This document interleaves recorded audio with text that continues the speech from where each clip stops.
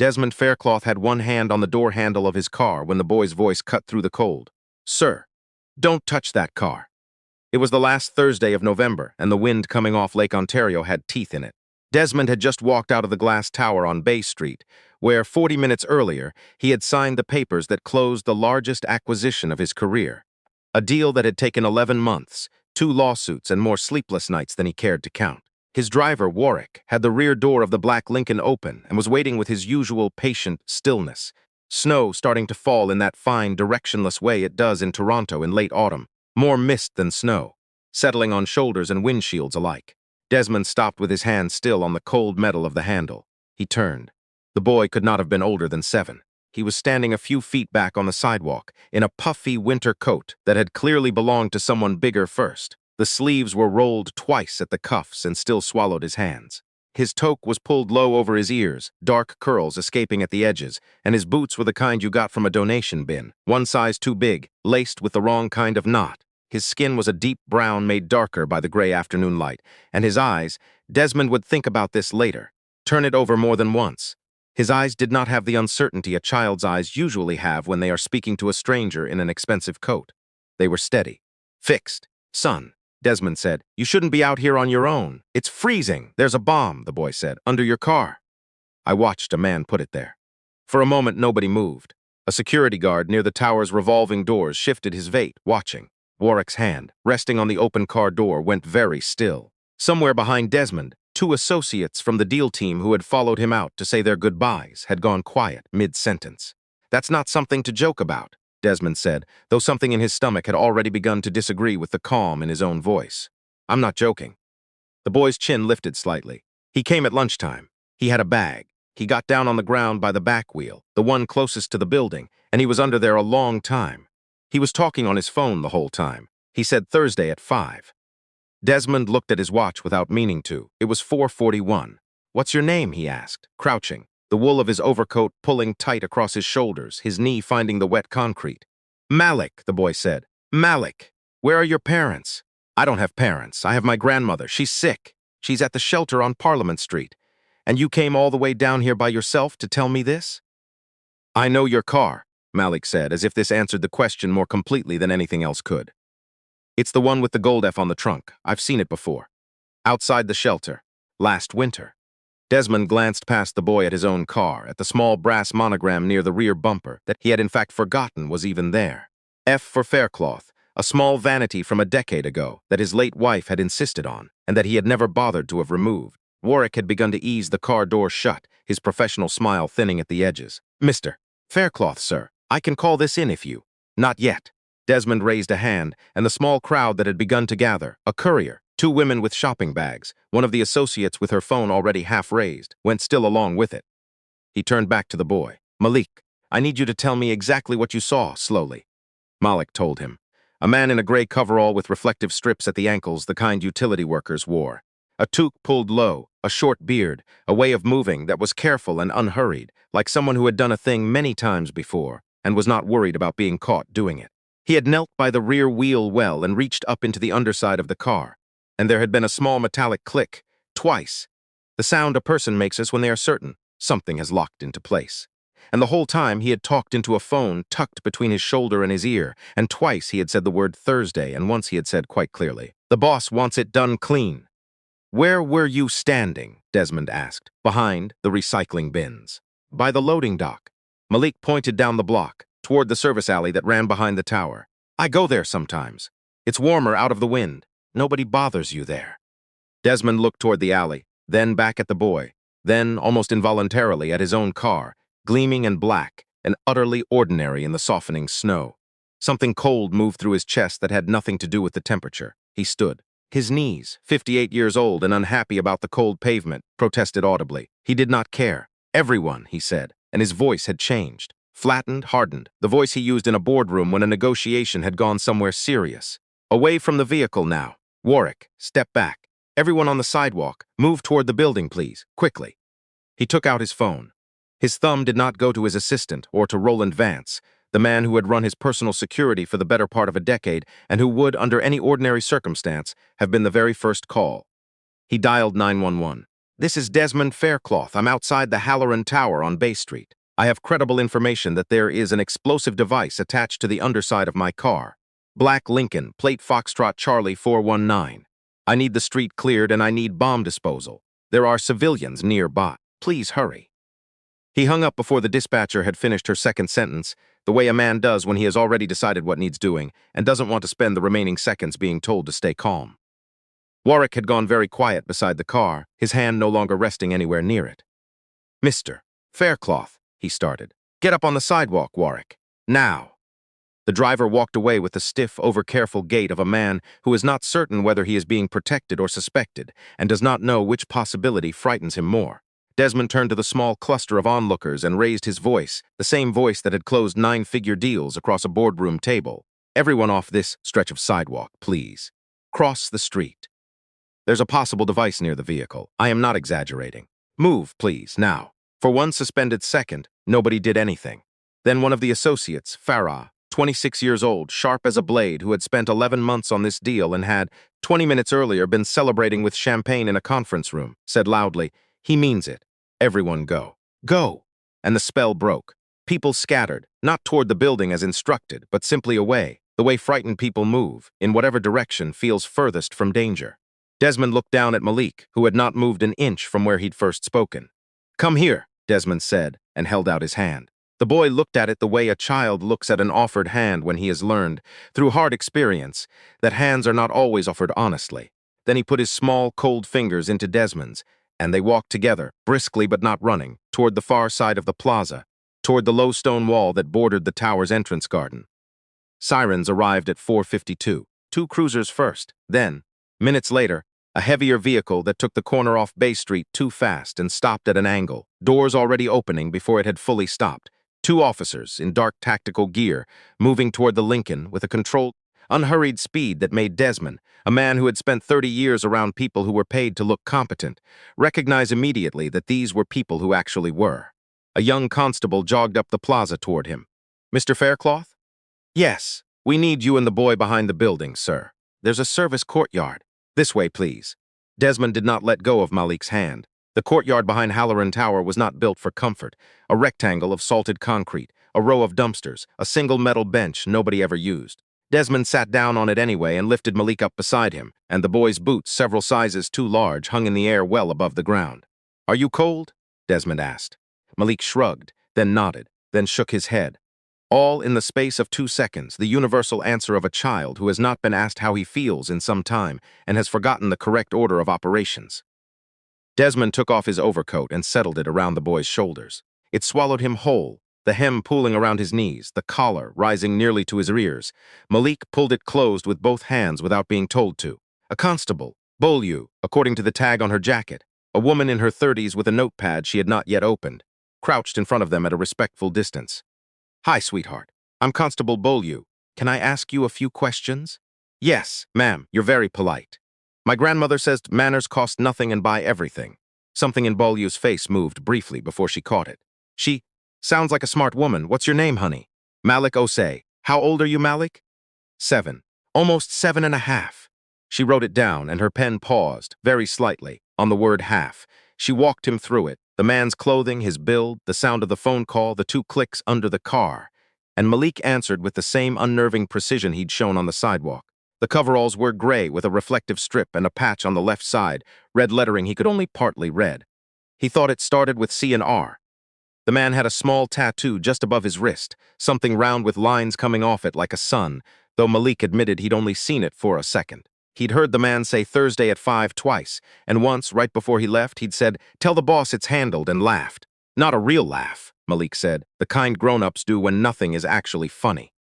Desmond felt his own pulse do something unsteady in his throat. Thursday at 5. His weekly closing day habit, the drive to the house on Aspenwood, the same route, the same time, for as long as anyone in his organization had worked for him. Only one person scheduled his driver's route.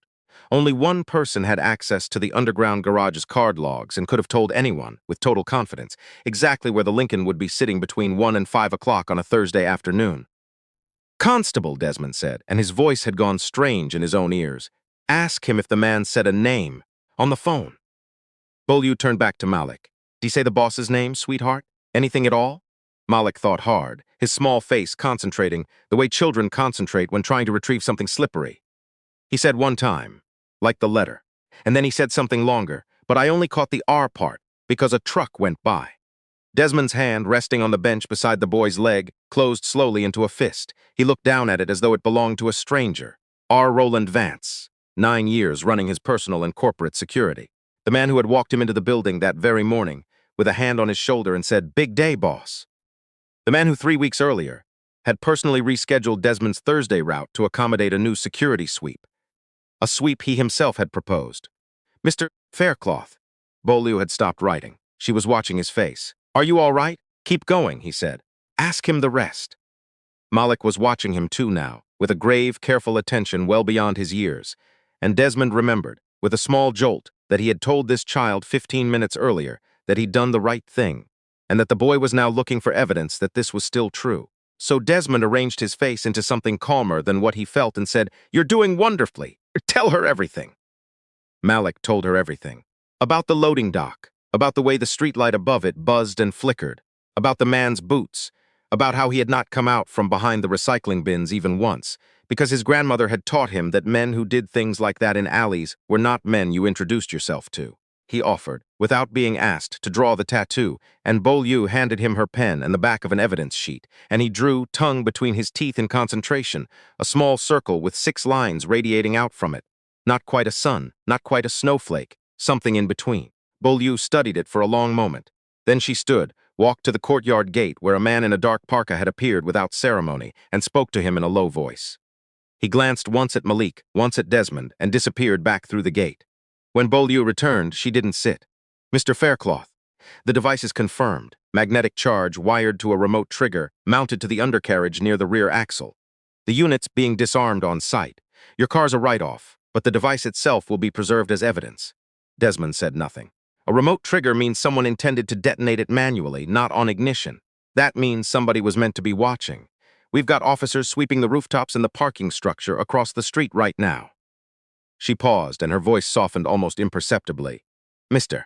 Faircloth, I need to ask you something, and I need you to think carefully before you answer. Your security detail, who runs it, and where are they right now?" Desmond felt the question land the way a blow lands after you've already braced for it, and discovered that bracing does nothing at all. "Roland Vance," he said, "head of my personal security. He should be back at the office. He was going to meet me at the underground entrance after I left here." "Has he called you?" Desmond looked at his phone for the first time since dialing 911. The screen was lit with missed calls, 8 of them, all from the same name. "Yes," he said. Beaulieu nodded slowly, the particular nod of someone confirming a suspicion she takes no pleasure in. "I need you to not answer any of those. Not your security team. Not your driver. Is there someone you trust completely, who has nothing to do with your company?" Desmond thought of his ex-wife, remarried in Victoria, who would not answer a call from this number. He thought of his brother in Halifax, whom he had not spoken to properly in 6 years. And then he thought of Priya Nathan, who had done his estate and personal legal work for 2 decades, who had never once taken a dollar from Vance's security budget, and who despised, with real and specific loathing, nearly everyone Desmond did business with. "My personal lawyer," he said. "Priya Nathan, call her. From my phone. We're assuming yours may be compromised." Priya picked up on the second ring, as she always did. When Desmond said the words, "There was a bomb under my car," she did not gasp. She said, "Where are you? I'm coming. Don't speak to Roland. Don't speak to anyone from the office," and hung up before he could answer. Malik had been listening to all of it without pretending not to, the way children that age sometimes forget adults expect them to look away. "Is the man who did it going to be mad at you?" he asked. "Probably," Desmond said. "Is he going to try again?" Desmond looked at the small boy in his oversized coat, dirt still faintly visible along one cheekbone, a stray curl of hair escaping the edge of his toque, and felt something rise in him that he had not felt in a long, long time, the specific, dangerous urge to make a promise he actually intended to keep. "Not while I have anything to say about it," he said. Constable Beaulieu, without looking up from her notes, said quietly, "That makes 2 of us." Priya arrived 19 minutes later, striding through the service gate in the same charcoal blazer she wore to every meeting regardless of season, carrying a leather folio she did not open. She took the whole scene in within seconds. Desmond on the bench, the boy beside him wrapped in a coat 3 sizes too large, Beaulieu standing a respectful distance off, and walked straight to the bench, addressing Malik first. "Hello, I'm Priya. I'm Mr. Faircloth's lawyer. What's your name?" Malik Ose. That's a fine name. May I sit? Yes, ma'am. She sat folio on her lap and turned to Desmond. Tell me. Short sentences. Facts only, he told her. The boy on the sidewalk, the 911 call. Warwick currently being questioned somewhere inside the tower's lobby. The man in the coverall, the tattoo, the word Roland had said, or the letter of it, the 8 missed calls glowing on his phone.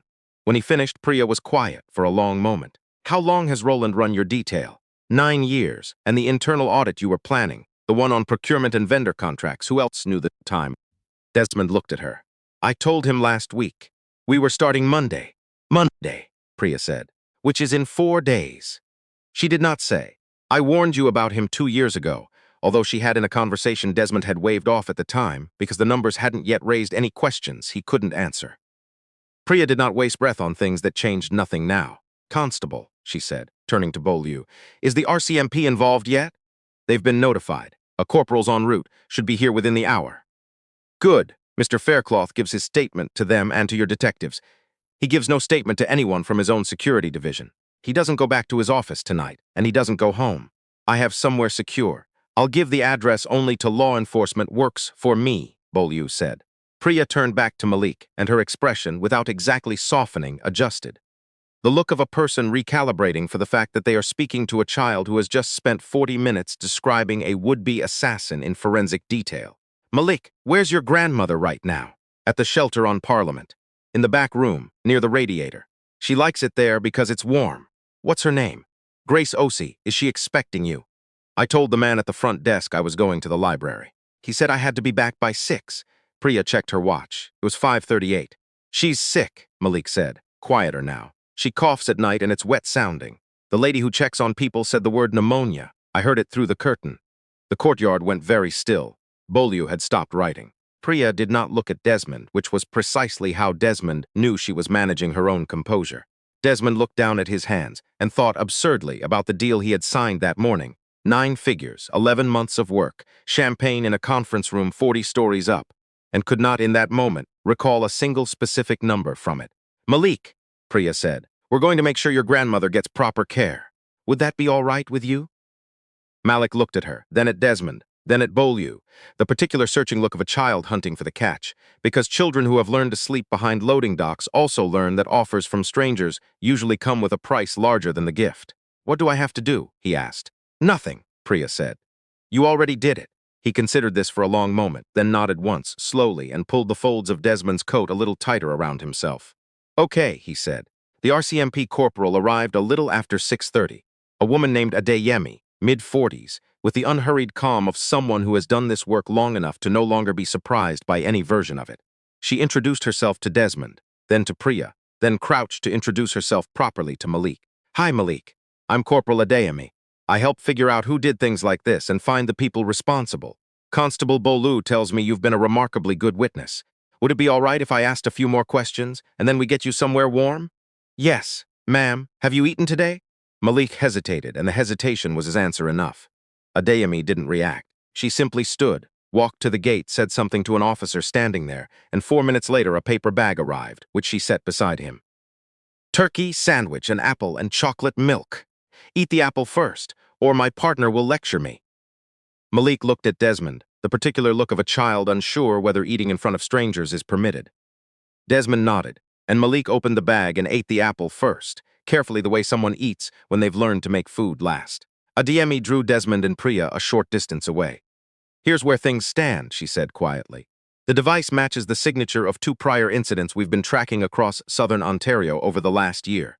Same magnetic housing, same detonator supplier. The description your boy gave us of the tattoo and the patch narrows the mechanic to one of 2 contracting outfits that service the parking structures in this district. We'll likely have a name within the hour. Fast, Desmond said. He's an extraordinary witness. Most adults can't produce what he just gave us. A tattoo, a build, a timeline, and a phrase all consistent and specific.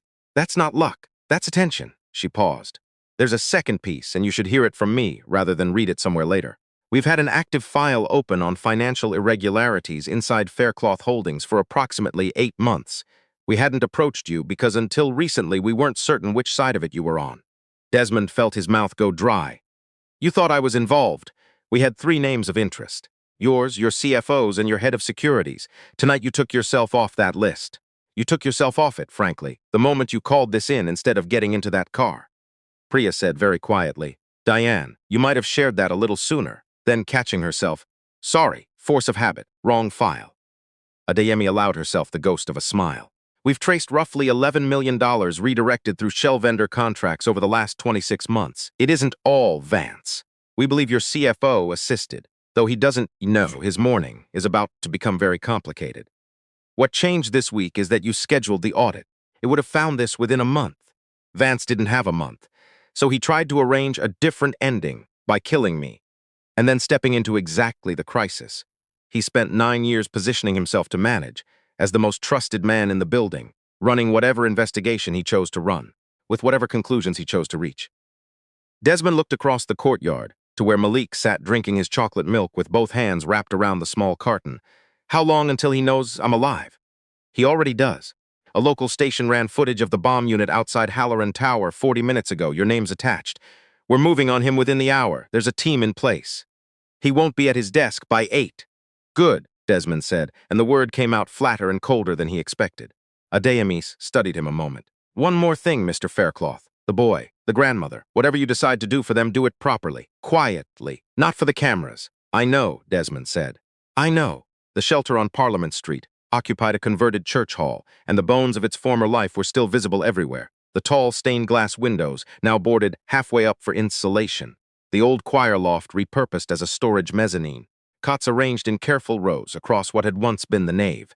It was 7:45 when Priya's car pulled up outside. Desmond had changed, at Priya's insistence, out of his suit and into a plain gray sweater and slacks from a shop 2 blocks from the courthouse. The original suit had gone into an evidence bag along with everything else he'd been wearing.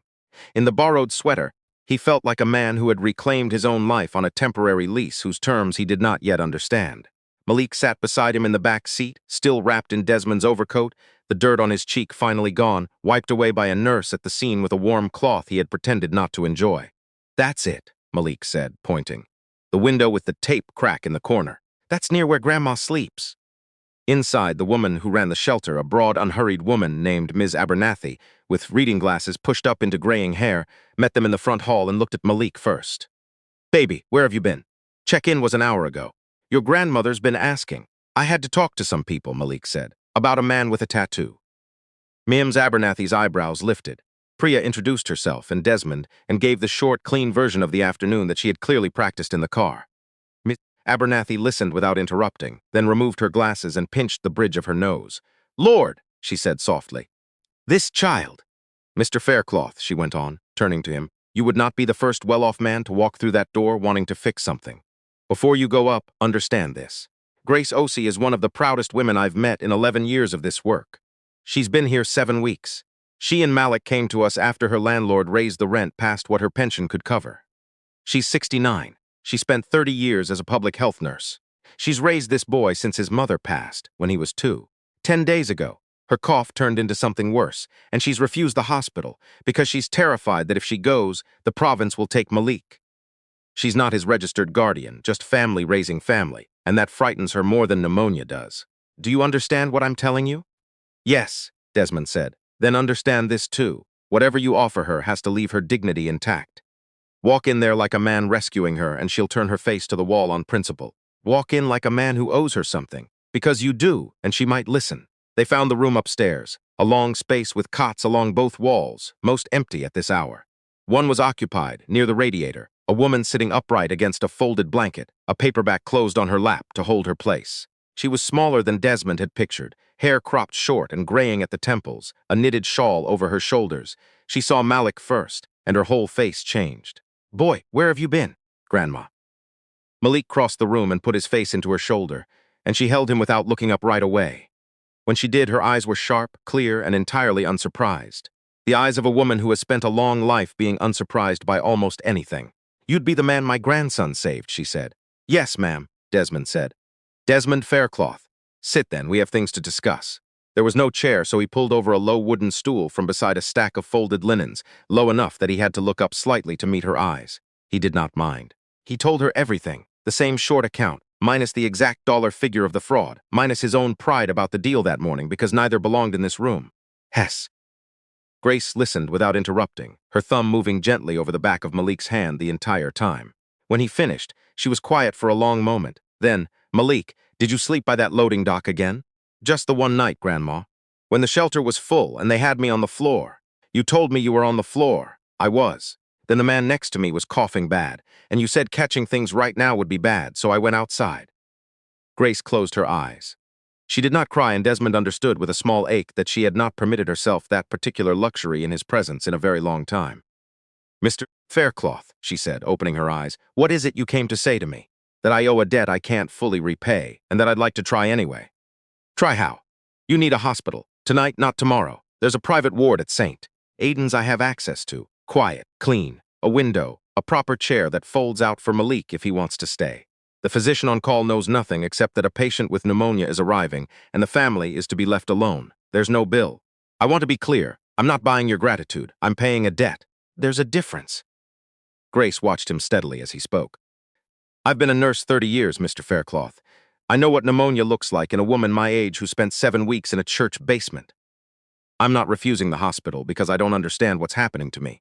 I'm refusing because I have exactly one job left in this world, and he's sitting right here. Then you also know I can't offer you a hospital bed if it means Malik goes anywhere out of your sight. He stays with you. Every night. There's a cot for him, too.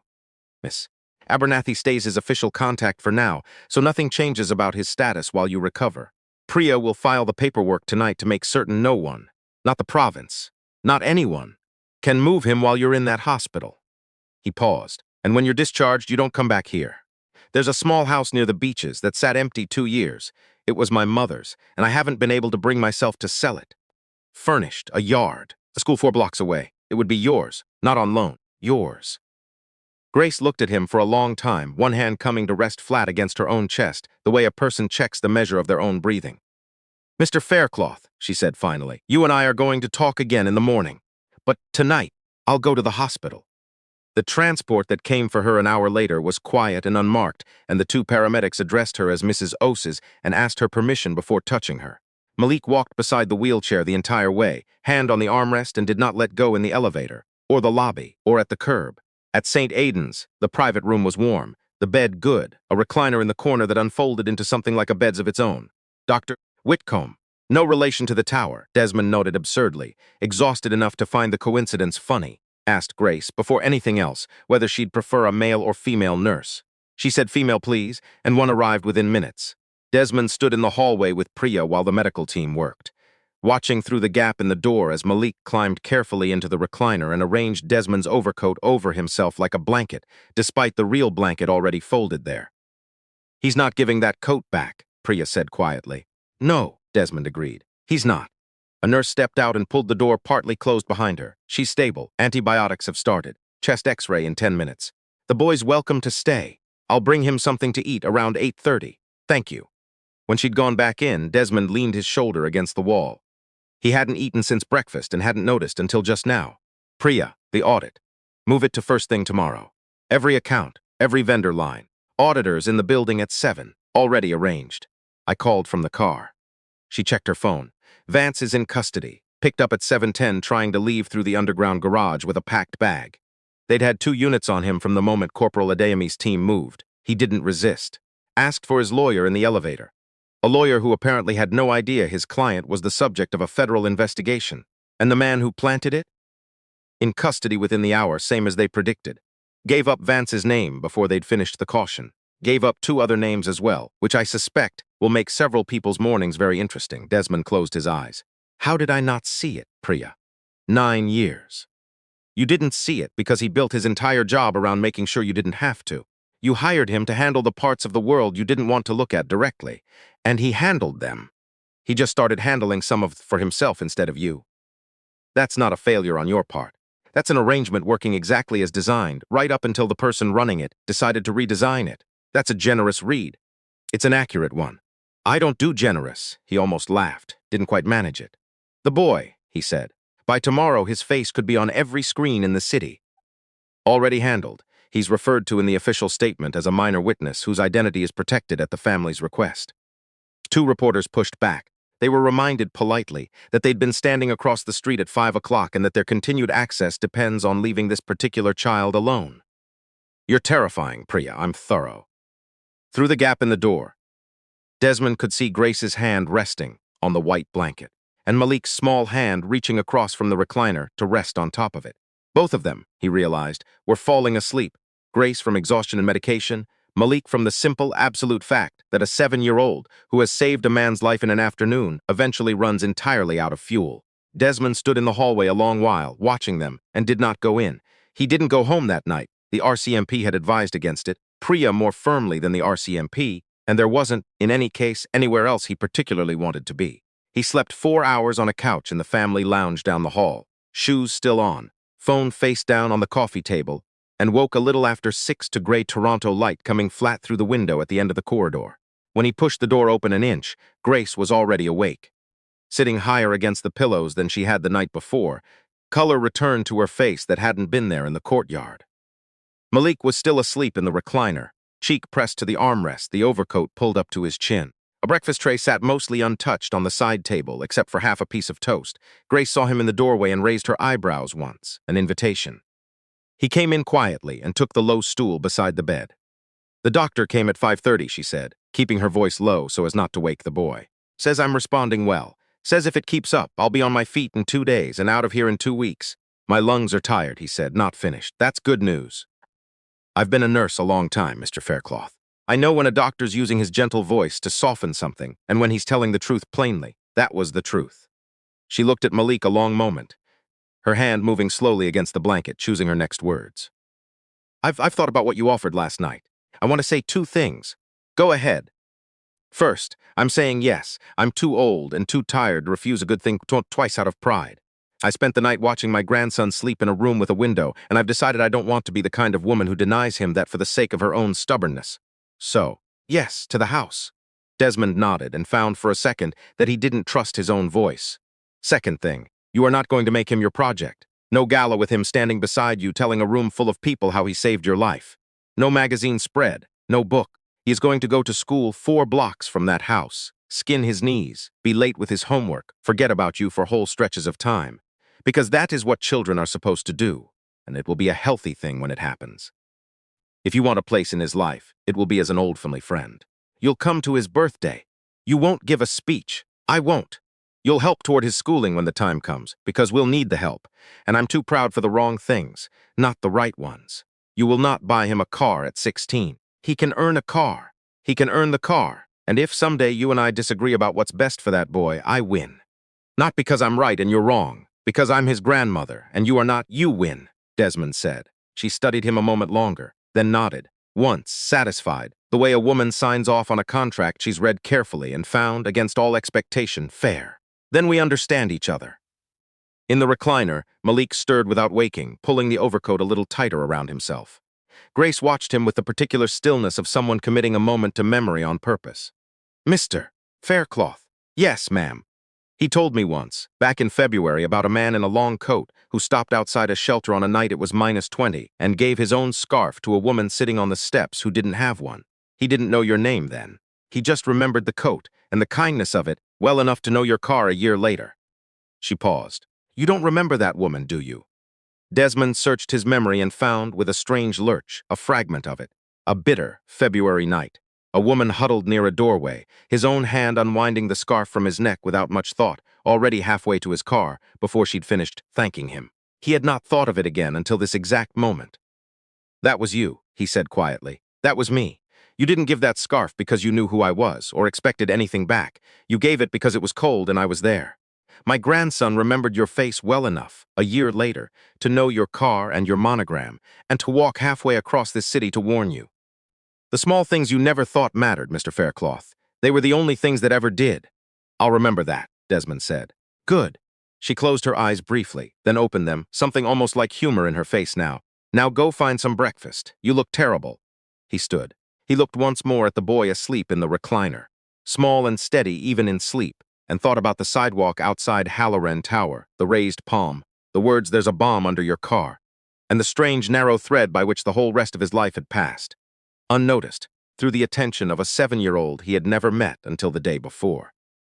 He walked out of the room and closed the door gently behind him. Down the corridor, the morning light was turning from gray to something paler, something with the faint promise of gold in it, the way winter light sometimes does in this city just before it gives up and snows properly. He stood there a moment longer, and then he went to find some breakfast.